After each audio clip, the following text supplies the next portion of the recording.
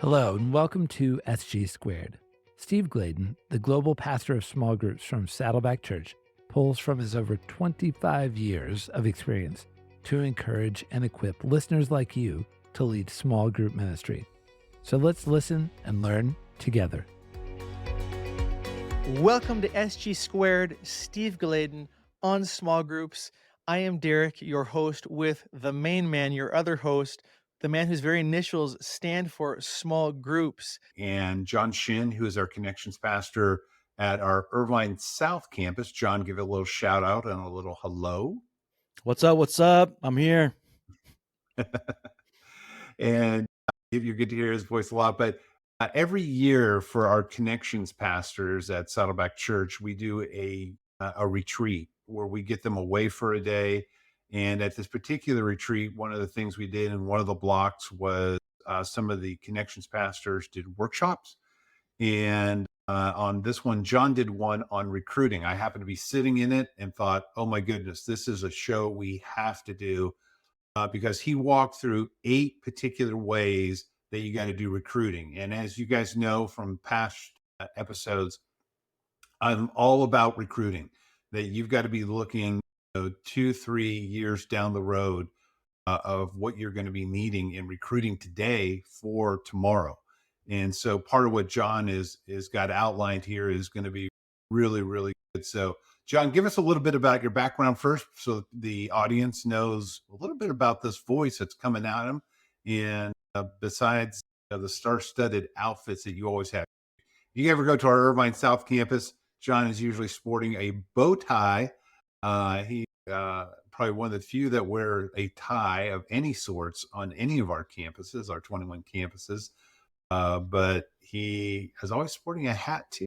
What he's sporting today. So give us a little 30-second intro on who John Shin is.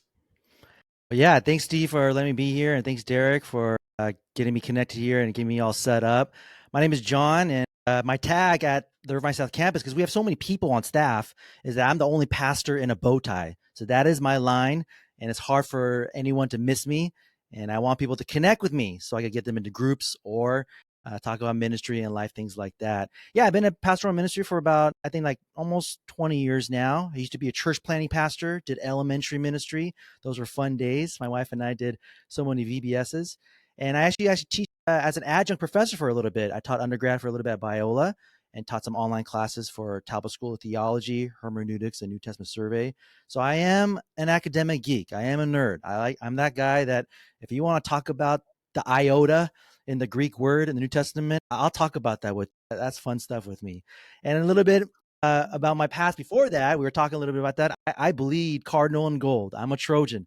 I'm from USC, the greatest school in Southern California. And my wife is also from SC. And so we were both cardinal and gold. And we got 3 kids. I got Matthew, who just turned 10. So I'm so sad about that. He just hit double digits. And I got a second. Her name is Haven. She's 7. And I got a third. Her name is Hollyana, and she's 3, and she's a wild child. And so it's fun. Ministry's fun. Family life is always fun. Lots to do stuff. Lots to do in the home, and always looking for creative ways to build a kingdom of God. Hey, John, just obviously you got a gorgeous family, and I'm glad you represented it and chat about them. Let me rewind this a little bit too, because you do a little bit with Korean pastors, and can you unpack that and just share a little bit to the audience what you do there? Yeah, so it's a little bit interesting because I'm no longer with that organization anymore, but I am still helping them. And what I was doing was I was trying to help a school trying to connect first and second generation Korean pastors who are more Korean speaking. These are like immigrants from South Korea, and then Korean American English speaking pastors. And we were trying to create a bridge between these 2 generations. I think only people who are part or have experienced an immigrant church would understand that in these type of churches, what usually happens is the parents, because they immigrated from the country, they're a little bit more used to their native tongue, and so they have services all in Spanish or in Korean or in Chinese. But the children, because they're born in America, are more Americanized, speak English, and they're kind of being raised under these dual cultures. It's like you're one culture in the home, one culture in the church. So it's hard. It's hard doing church that way. And there's a lot of different obstacles and barriers and a lot of things that divide these two cultures within the same church. And so in the Korean church is very much the same way. And I was really trying to help the school bridge that gap and trying to make that connection between first gen and second gen. Even now we're getting to third gen. Korean culture is a little bit behind Chinese and Japanese culture. They're like into fifth and sixth generation, but Korean culture is like breaking into third generation right now. And so how do we bridge those generations together? What are the different problems that we got to talk about? And of course, what are the best solutions? Yeah. And I just, in the month of September, I was 10 days away from the office. I was in Seoul, Korea, and Tokyo, Japan, and just picking up a lot of those different cultures and some of the setbacks. And so appreciate what you were doing there. But let's switch over to our show topic, which is recruiting. And in the small group world, recruiting is of the essence that we got to do. And we want to walk you through 8 steps on recruiting. And so let's just dive right in, John. And one of the things that you brought up in your talk was to write down pain points. And besides writing my name down, after that, you had some wisdom about what pain points are. So talk to me about what do you mean by writing down pain points? And Derek and I will be going back and forth through extracting out of you all this stuff on recruiting and what it means for a small group point person. Yeah, so it's a little bit of a process. So if I was talking to someone who is recruiting for their ministry, I would first ask them, what are your needs in the ministry? And I think this is a basic question, but a lot of times, depending on the size of your church and the size of your ministry, you're just so bombarded with, you just need so much help that sometimes you forget, you have to clarify, like, what are your actual needs?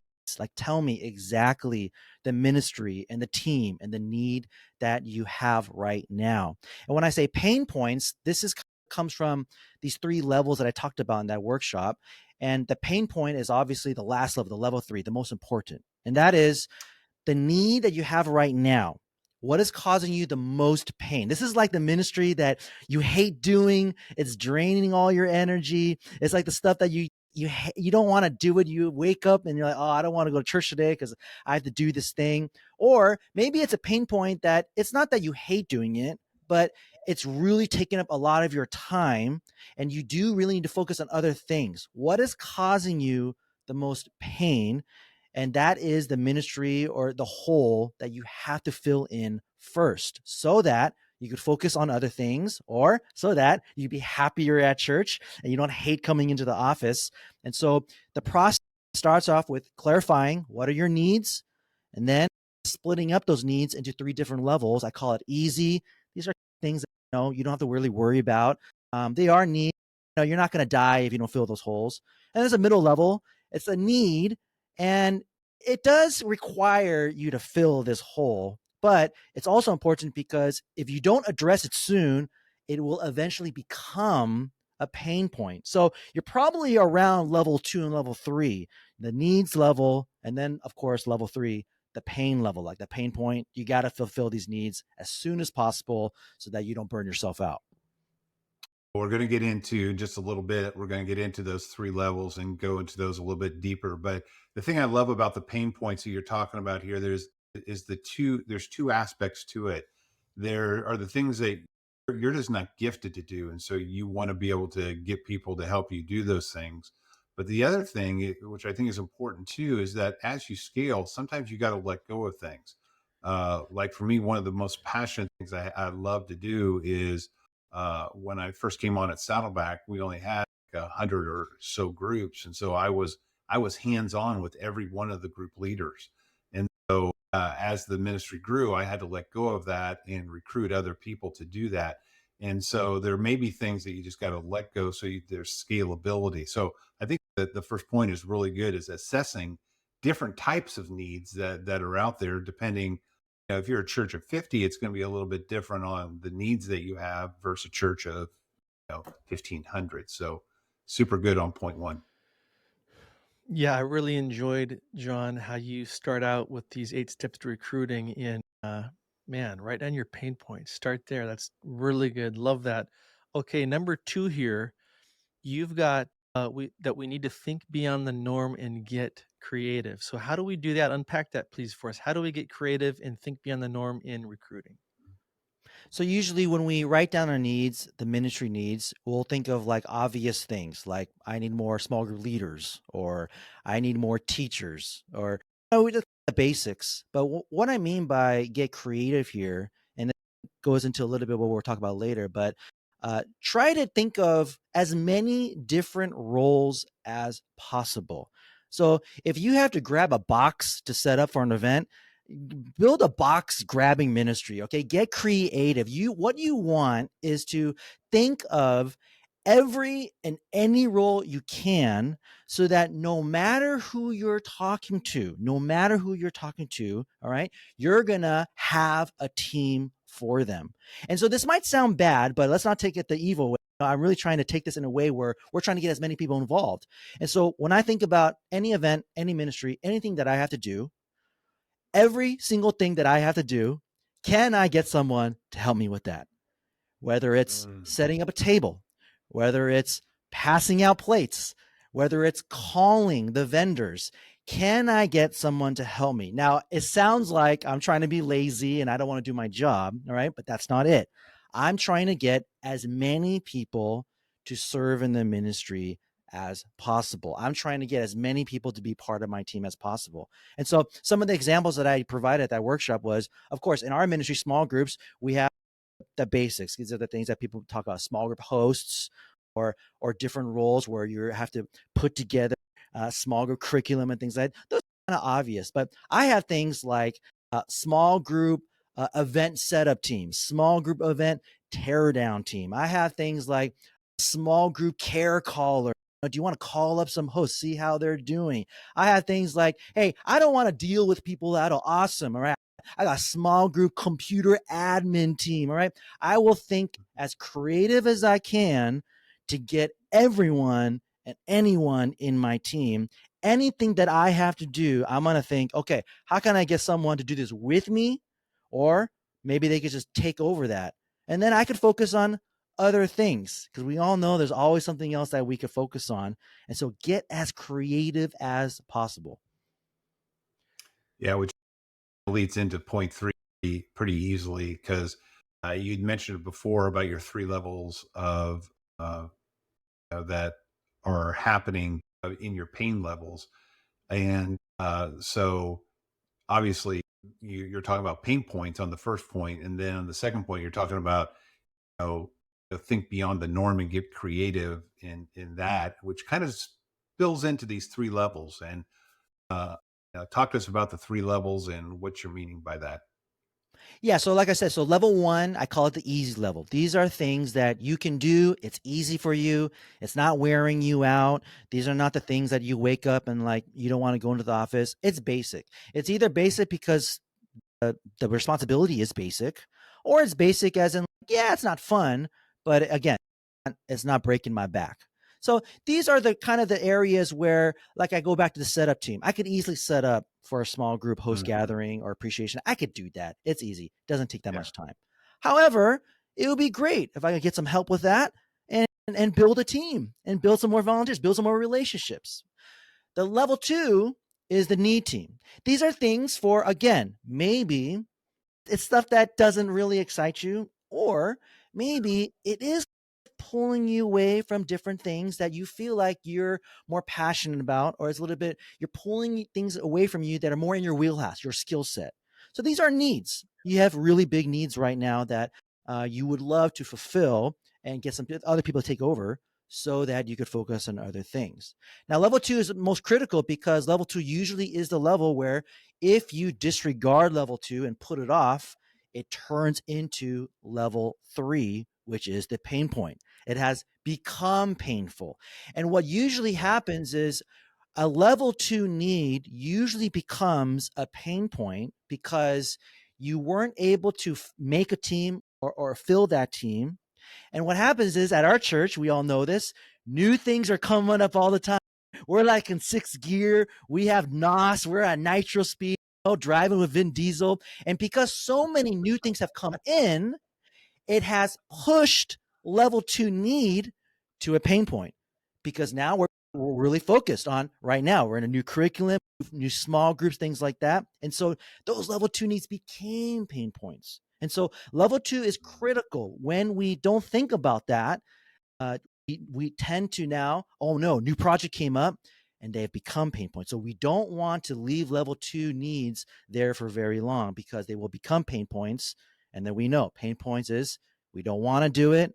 It's draining us. It's pulling us away from really critical, essential needs in our ministry that we have to focus on. And we got to fill those pain points as soon as possible. When we don't, that's when we get burnt out. We don't enjoy ministry anymore.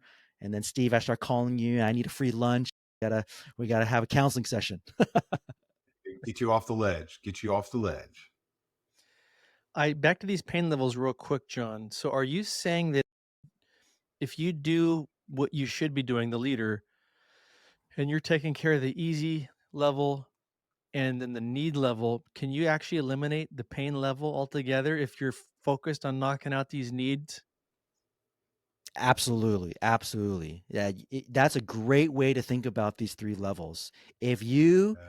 can be on top of level 1 and level 2, you will eliminate level 3. That's a great point, Derek. I'm stealing that. I'm adding that into my presentation now. Let that motivate you. Be on top of level 1 and level 2, so nothing ever becomes a pain point.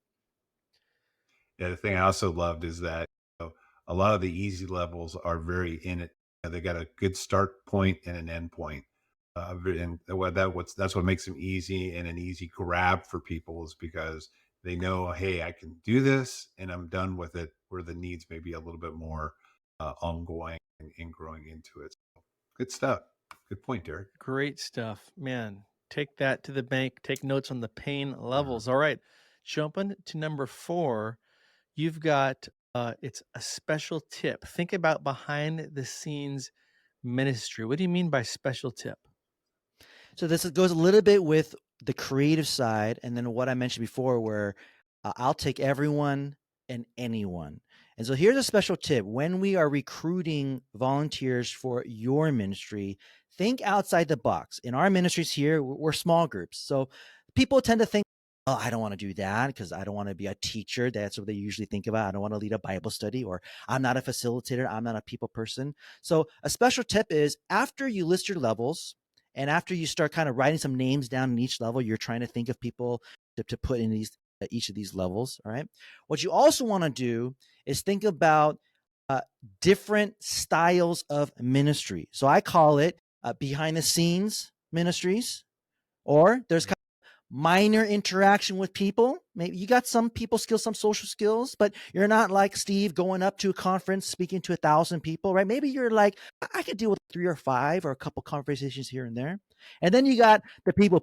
They love people. They'll talk with people. They're like the busy. They'll talk to everyone and anyone. They'll just give them a person. As long as they're alive and breathing, they'll just talk. Many people have their own little personality, introvert, extrovert, things like that. And a lot of people, when they talk to me, they always think, oh, I don't want to lead a Bible study. And I tell them, no, don't worry. You don't have to do any of that. And I try to recruit them, and I tell them, I have a ministry for you. Tell me exactly what you're looking for. I have everything and anything. You don't like people? Awesome. You won't have to deal with people ever. You'll be behind the scenes. No one will even find you. You love people? Awesome. I got these roles for you. You'll be talking with them, calling with them. All right. Oh, you like minor interaction. It's not like you like crowds of people and maybe you don't want to talk to someone every day. You like a balance. Guess what? I got something for you. That introvert extrovert thing is huge, because a lot of people, they don't want to serve because they're scared. Well, I don't want to teach second graders, or I want a little bit more something exciting. Don't just put me in a ministry where I'm just like lifting boxes all day. But there are people who are like that too. They like lifting boxes. I don't like people. All right, great. I won't put you with people. So a special tip here is, when you're talking with the person, feel them out, but let them know, hey, I got ministries for you. I got roles for you that are behind the scenes.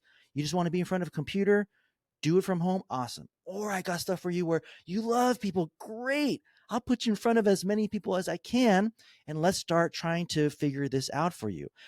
I always tell people this, that if they're explaining their love, their passion to you, and you're thinking, well, gosh, I don't have anything like that in my ministry, make up a role for them. You make it up for them on the spot. As a person who's trying to find volunteers, I will not let anyone go. Like, if I'm talking with them, my goal is, you're mine. I'm taking you. I'm going to make up a role for you. It doesn't exist. Guess what? It exists now, because now I know that's what you love. And I will make it up in my ministry, because we all know in our churches, everyone's fighting for volunteers. I'm going up against student ministries and elementary and worship. All right. So we're all fighting for the same person. Jack, whoever he is, I want Jack. I'm going to get him, and I will pitch to him the best pitch I can. I got something for you. Oh, you're passionate about that? Guess what? I got that in my ministry. So remember that with people, because again, that whole introvert extrovert thing, it really does scare people from serving in a ministry, because commonly when people hear serve, they always think teacher. I don't want to teach. I don't want to teach Bible study. That's what they always think. And then when you talk with them, you just encourage them. Guess what? I got so many different roles and ministries for you. Let's start talking about your passion. What do you love to do? And then recruit them. Love it. Love it. Okay, John, we spent a lot of time talking about, and rightfully so, mapping out some of the strategies and forcing us to think through, okay, what do we actually need, and where are the pain points, and what are the levels and things like that. So point 5, we talk about, let's get into the pragmatic of it. So how do we actually go about and do the recruiting? How do we go in those steps? I know you got four steps that you do in recruiting. Let's get down to the practice. And so we're at a point now where let's recruit. How do we do it? Okay, step number 1, who do you know? Who do you know right now? Write those names down. Write down as many names as you can. And if you only got one or two names, that should be very telling. You are not connecting with enough people. Who do you know at your church right now? If you only got one or two names, then go shepherd some people. You got to get to know your flock. Write down as many names as you can. Start with those names. You need to start talking to them as soon as possible. So you write Jack's name down. Okay, we got Jack. Oh, talk to him. What does he love? Here's step number 2. What does Jack like? Does he like working with his hands? Is he a people person? Is he a computer guy? Is he a visionary? He just loves to dream and just think in the stars, right? What does he or she love to? What's their passion? What's their focus? What's their skill set? Here's another special tip. Don't assume that their field of work is what they love doing in ministry. If they're a second grade teacher, don't just assume, oh, why don't you teach? Well, I don't know if they want to do that. They're already doing that 40, 50, 60 hours a week. Oh, you love doing computer software. Can you build software for my church? Well, don't make that assumption. Let them tell you. Let them tell you. So have a conversation with these people. What do they love? What do they enjoy? As they are explaining those things, you're going to find something. And then you start honing in on that passion. Now it's time for you to ask questions. You love working your hands. Well, do you like bulletin stuffing? Do you like building things? Do you like lifting? Are you just a setup person? Now you start opening up that passion of theirs. Because as you talk about their passion, you're going to clarify. As they explain the love that they have, start asking them about it. What do you love about teaching? Are you a study person? You just like being in front of a pulpit? You just want to talk? You're a testimony guy? Start unpacking that. And guess what? Here's a win-win here. You're getting to know the person. You're building a relationship. This is awesome. And then, of course, as they tell you what they enjoy, you should be in your mind. You're making up a role for them. You know exactly where to put them. Okay. Because then at the end, you're going to say, guess what? Can you help me? Can you help me one time? And here's the pitch, because a lot of people, they're scared about commitment. So they just say to them, one time. Can you help me one time? That's it. One time. If you hate it, awesome. Hey, no worries. Just one time. Can you just hang out with me one time? Let's do something together. Hang out with me. And as they're serving with you that one time, guess what? You're getting to know them, building the relationship. You're talking with them. And of course, you're trying to make it an enjoyable experience so that they commit to it and do it again after. but really let them know. I think this is important because people are scared. I don't want to get locked into like a year contract. Just Yeah. one time. I just need help one time. And at the end of that experience, if it was enjoyable, you're going to ask them, hey, what do you think? Do you want to come out to this again? Is it something that you're enjoying? And if it's not, don't let them go. You're going to start all over and keep on finding, okay, what else can we find for you? And if they love it, well, then you're in. You got them.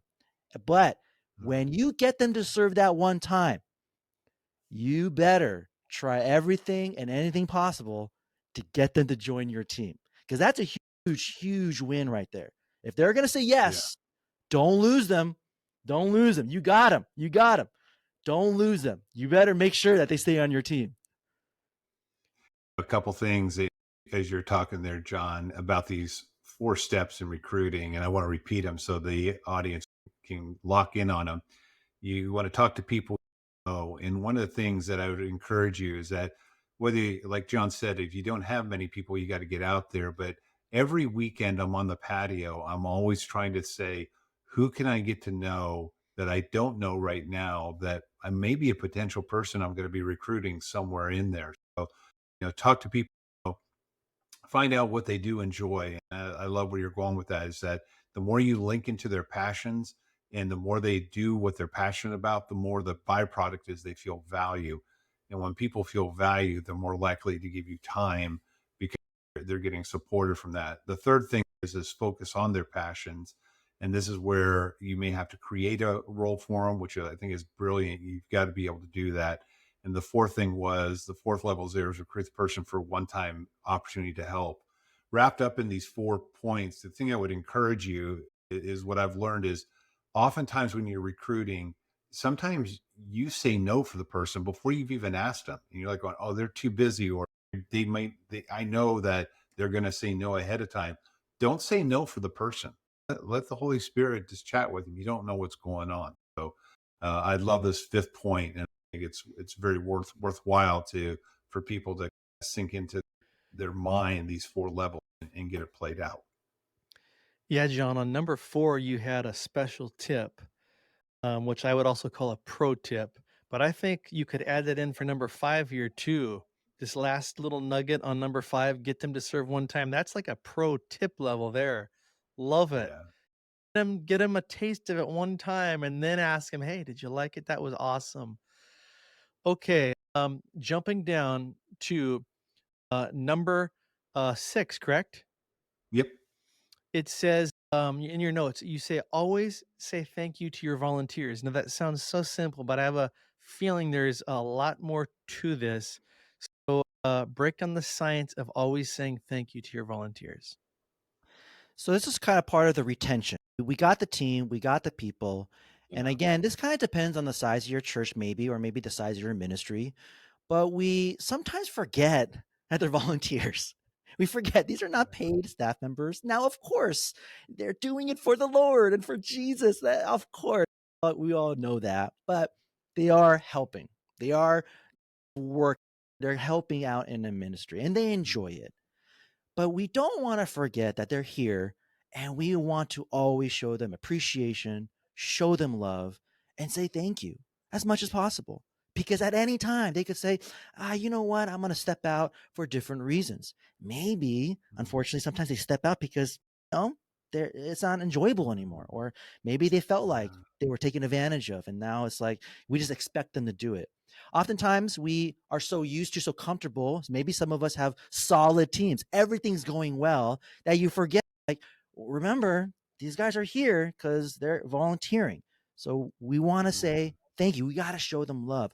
Every week, when I come to our service, I'll see people walk past me. They're not even on my teams. And I always say, thank you so much. Thank you so much for serving the coffee. Oh, thank you so much, bulletin stuffing team. You guys are here at 7 a.m. Thank you. I'm saying thank you often and often. And I know sometimes you feel like, won't they get sick of it? Well, maybe, but I feel like it feels good to be thanked. Now, I'm not giving them a Gettysburg Address. I'm just saying thank you. Thank you so much. Thank you so much for helping out here, because I know they're here. They're giving their time. I'm showing them love. When it comes to your teams, not only say thank you, but if you can, depending on your budget, things like that, um, do some thank you meals, do some gathering. You don't have to do once a month or something like that, break the bank, but maybe once a year, like a nice little Christmas thank you Yeah. appreciation gathering. I think everyone loves to eat and they love just enjoying some time together. And it's a good reminder. They feel appreciated.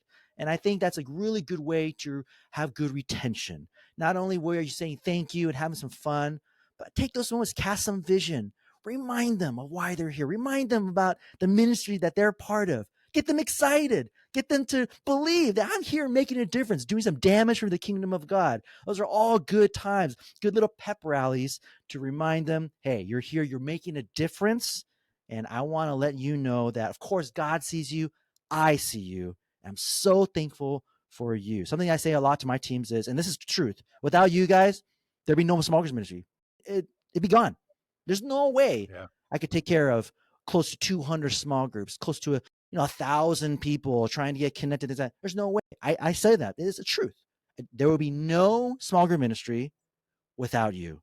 So I'm so thankful to the Lord that you guys are here and that we're serving together. Yeah.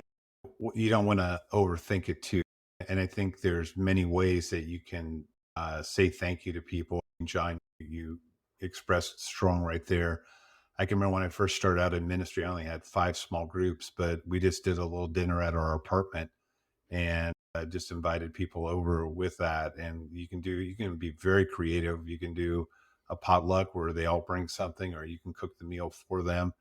We stumbled on a thing one time where we invited the people over and we forgot to make the meal. And so we had all the groceries and all the group leaders, we all cooked dinner together, and it became, we stepped into it, but it was a great way that it was an appreciation moment. And obviously written notes, written cards, text, all kinds of things will do that. So, number 7, you talk about don't let them get bored. And you're talking my love language on pathways. I have a pathway for everything. So, but talk to us about this. You don't want them to get bored. What are you doing, baby? So this is really advanced level stuff here. You got your recruiting, you're retaining, you're saying thank you, you're doing the ministry thing, but you got to look at a broad scope here. You got to remember that some of these people, they got skills, they got passion, Yeah.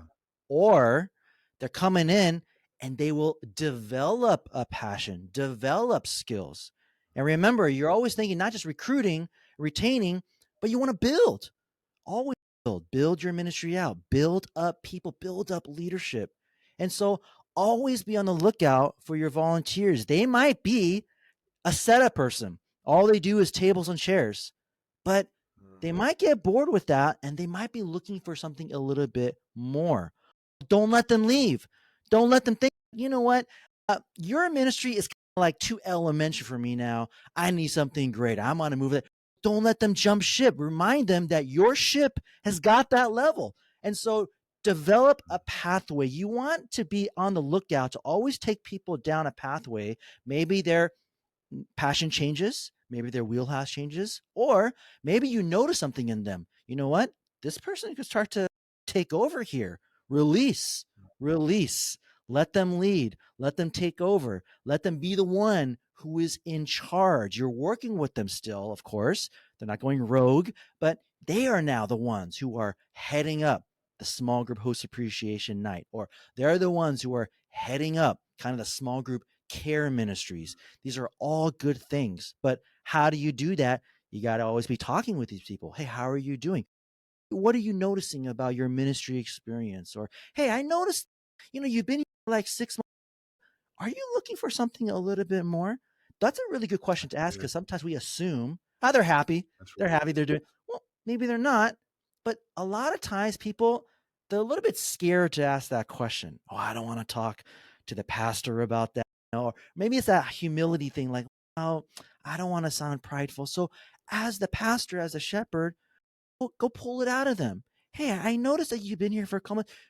Are you looking for something a little bit more? And it's a win-win scenario. They might say, no, just keep me here. I just love doing awesome. Hey, I'm just checking in. Or you might spark something inside them. You know what? Yeah, like I feel I've been here and there's a cool conversation there.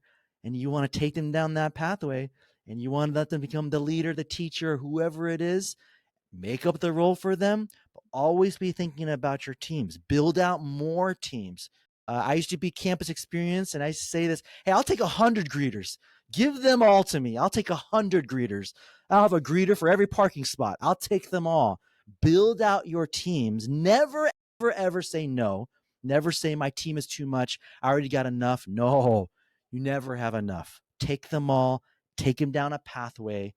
Build into the flock, build into the sheep. Yeah. So good. So good. So much work to be done. Obviously, ministry leaders listening to this, don't get overwhelmed, but just start somewhere. But I just love what you're unpacking, John, that there's so much when it comes to recruiting beyond just who can I grab, right? It's all this behind the scenes, building out a development pathway. This is so great.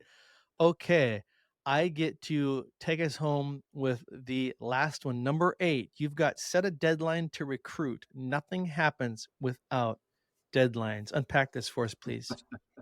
So if something is a pain point, if you have a need in church and in ministry, nothing's going to happen without a deadline. All you're going to do is you're just going to think about it. You're just always going to be thinking about it, and you're just going to build build a plan. But there is no execution of the plan if there is no deadline. And the deadline is a little bit more set the deadline so that if you don't meet it by that time, okay, reassess, reevaluate, and get going. But set a deadline. You got to have a goal, or else you're never going to follow through with the plan. And I think it's really key here to know what is the flow of your church and your year. Every church has a different flow, a different kind of, you guys got certain things going on in the year. At Saddleback, we have different pockets of the year that are a little bit more relaxed. And then there's like high grade stuff. We know, like right now, fall to December for us, and we are in 6th gear and we're moving. So what are those times where you feel like, okay, this is a kind of a good time where I could set a deadline so that this is a downtime that I could set where I could try to get 3, 5, 10 volunteers, but set that deadline, set an actual month and year. Okay, I got to really try to fill this out by this time. I think for us, and maybe in our church, because we have different campuses. Different campuses might be a little bit different, but at Irvine South, September, August usually is a good little pocket before the fall kicks in. And then January is a nice little pocket there. It's post-Christmas.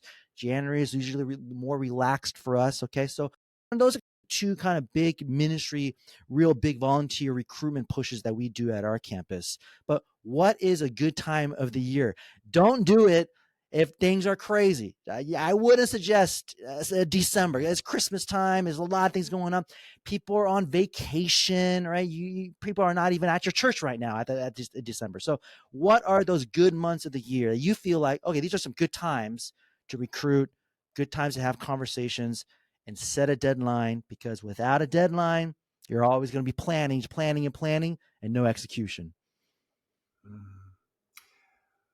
And John, I love this. I loved it when I heard it. I love it on the podcast with all that. And so John Shin, our connections pastor at the Irvine South campus of Saddleback Church.